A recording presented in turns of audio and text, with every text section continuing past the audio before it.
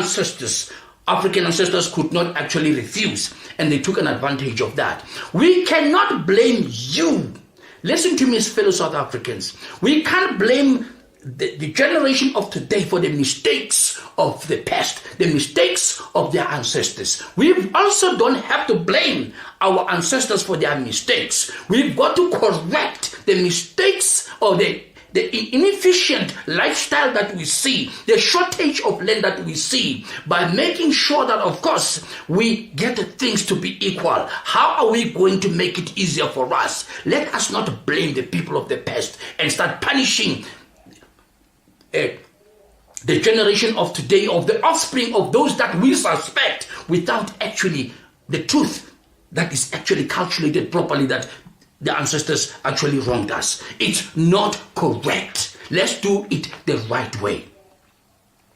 I know somewhere along the line, you might be saying, I'm going to look for the head of this man. If you want to challenge me on an open debate, you are most welcome to do that. I am going to talk to you the manner in which I'm going to talk to you as an adult, as one of those people who went out and fight for the liberation of this country. Let me tell you something that you don't know, Mr. Malema. When I actually passed Morogoro's in Tanzania, Morogoro City Cemetery, going down to Tunduma, yes, in 1994, into Zambia, going to actually vote for South Africa, and being happy that time. When I was in the queue in Lusaka, an old man looked into my eyes and he said, you know, you seem to be pretty happy about what is happening. I said, yes. He said, let me tell you, in the same queue where you are standing right here in Lusaka, having crossed Tunduma border into Zambia, having came to this point, in the same queue where you are standing, there are those people who are going to drop their first vote actually for the destruction of the freedom that you fought for. I said to him, no, sir, that is not a point of fact. South Africa is going to be free. He said to me, let me tell you, my son, you see, I suffered myself as well like you.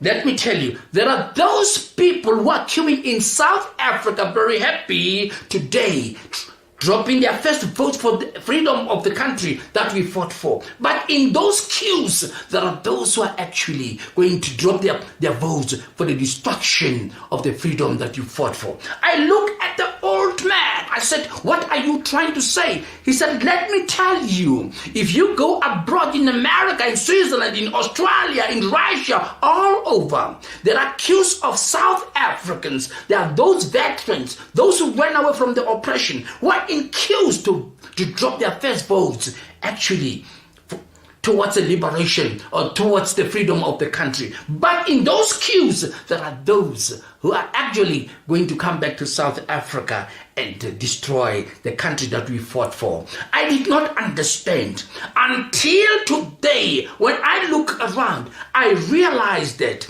yes, that old man was right. I can hear his silent voice echoing into my ears. That, of course, there are those people. Actually, we fought so hard for the liberation of this country, who actually queued in order to drop their first votes of destruction of the freedom that we fought for. Listen to me very kindly, Mr. Malema. I am not trying to attack you in this regard, but I'm trying to show you points. I'm trying to trumpet actually facts, contentions that, of course, might make you change your mind. Taking the land by force, it's not going to work for South Africans. Yes, the president of South Africa, Cyril Ramaposa, I said in my other topic, Nelson Mandela, a man of wide vision, when he took you actually to go and negotiate how South Africa supposed to be governed, yes, with those who oppressed us by then.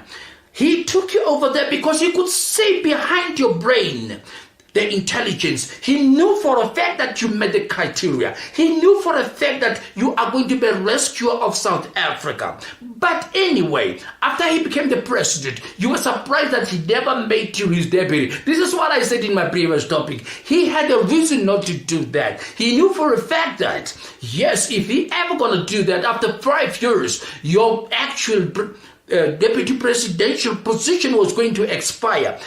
Today, this time, South Africa would not actually be having a rescuer. Somebody's going to be rescuing it. He did that deliberately. Yes, here you are today. It's actually happening. Manifestation of what he had, of his vision, is actually reflecting right here. Look at me, Mr. Cyril Ramaposa, with the smile that you always give. I want to warn you, sir, you are not on that position in order to compromise the actual vision of Nelson Mandela, for that you are the one who's going to rescue South Africa. Do not actually fear that you might not be voted on that position or you might not be supported by your colleagues. Do not actually try to score political points by saying you are going to take the land by force from those people without paying them or without actually compensating them. Do not think that, of course, you are trying to attract all the votes in order to stand behind your party. If ever God has actually chosen your party, the African National Congress, to be in power for the next 15, 20 years to come, that is God's decision. Just do the right thing. Just do what Nelson Mandela actually said. Let us govern the country together with them. Let us gain experience from the expertise. He never said let us take land from them. Yes, Cyril Ramaposa, if ever you are just going to make these people happy around you in order to try to draw votes, in order to try to score political points, because you are competing against the others who are saying land must be taken, you are doing a very wrong thing, Mr. Cyril Ramaposa. All what I can tell you, sir, you are an intelligent man. You meet the criteria. The smile that you put, it must be the smile that you put to everybody. That, of course, is going to show some kind of intelligence. How you dealing with this matter of land, the land issue matter. Yes, Cyril Ramaposa, this is what I guess you can just do.